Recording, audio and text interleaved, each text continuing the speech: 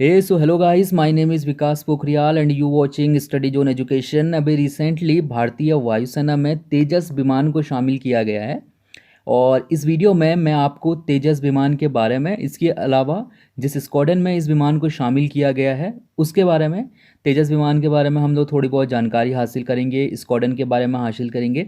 Basically ये जो topic हमारा रहेगा वो यूपीएससी के आप जो हमारी राष्ट्रीय सुरक्षा एक टॉपिक है उससे रिलेटेड, और दूसरा इसमें साइंस एंड टेक्नोलॉजी से रिलेटेड भी आप इसको मान सकते हैं अगर आपसे पूछा जाएगा। और काफ़ी अच्छा टॉपिक है, तो कवर करते हैं तेजस विमान के बारे में। मैं इसमें आपको बताने वाला हूँ। सो अभी रिसेंटली तेजस विमान को भारतीय वायुसेना की जो 18वीं स्क्वाड्रन है उसमें शामिल किया गया है। इस विमान को वायुसेना के जो प्रमुख हैं RKS भदौरिया, उन्होंने 27 मई को कोयम्बटूर के सुलूर एयरफोर्स स्टेशन पर इस विमान को वायुसेना में शामिल किया है। काफ़ी ज़्यादा जो है ये हमारे आने वाले टाइम में ये हमारी जो सेना है उसको काफ़ी हद तक तेजस विमान की वजह से काफ़ी ज़्यादा मजबूती मिलने वाली है। तेजस इससे पहले 45वीं स्क्वाड्रन में शामिल किया गया था, तो ये दूसरी स्क्वाड्रन है जिसमें तेजस विमान शामिल किया गया। तो यहाँ पर दो स्क्वाड्रन हमारे सामने हो चुके हैं अब, या आप सीधे से दो टुकड़ियाँ बोल सकते हो वायुसेना की, जिसमें कि जो है तेजस विमान शामिल है। एक तो 18वीं स्क्वाड्रन है और दूसरी कौन सी है, 45वीं स्क्वाड्रन। ठीक है, 45वीं में पहले ही जो है तेजस विमान शामिल है, अभी जो है 28वें स्क्वाड्रन में शामिल किया गया है। अगर हम तेजस विमान की बात करते हैं तो इसका निर्माण जो है वो हिंदुस्तान एरोनॉटिक्स लिमिटेड के द्वारा किया जा रहा है।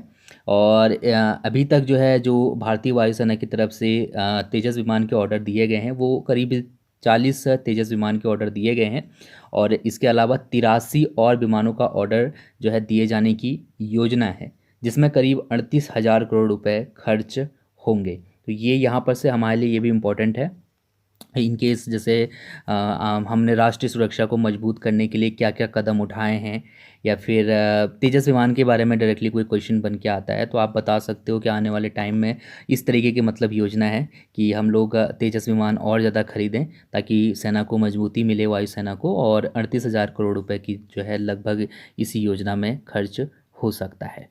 अब यहाँ पर से 18वीं स्क्वाड्रन की हम बात करते हैं, यानी कि उस स्क्वाड्रन की जिस स्क्वाड्रन में इस विमान को शामिल किया गया है।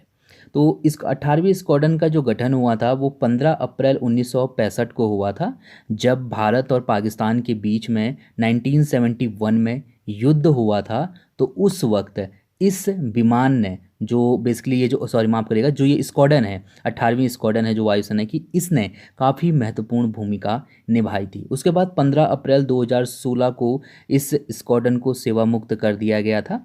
और इससे पहले मतलब अगर हम बात करें सेवा मुक्त होने से पहले ये जो स्क्वाड्रन थी इसमें MiG-27 विमान शामिल थे।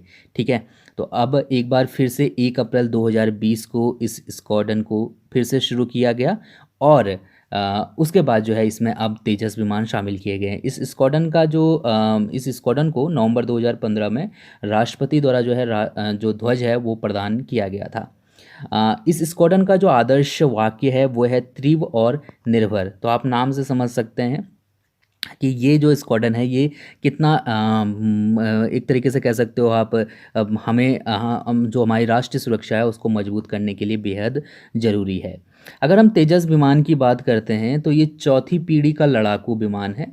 ये भारत में ही तैयार किया गया है। ये हल्का और कई अन्य भूमिकाओं में भी जो है ये काम कर सकता है। एक सीट और एक इंजन वाला ये युद्धक विमान है। आधिकारिक तौर पे 4 मई 2003 को तत्कालीन प्रधानमंत्री अटल बिहारी वाजपेयी ने इस विमान का नाम रखा था। 2007 में जो है इसकी शुरुआत की गई। इसका जो मतलब पहला जो खेप है वो उसके बनने की शुरुआत हुई थी।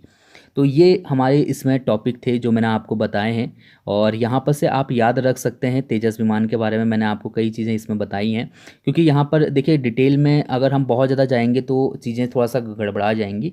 यहाँ पर मैंने आपको बताने की कोशिश की है कि जो मतलब नई जो एक तरीके से कह सकते हो आप इसको साइंस और टेक्नोलॉजी के अंदर भी ले सकते हो, क्योंकि हम लगातार जिस तरीके से हम डिफेंस के क्षेत्र में उन्नति कर रहे हैं।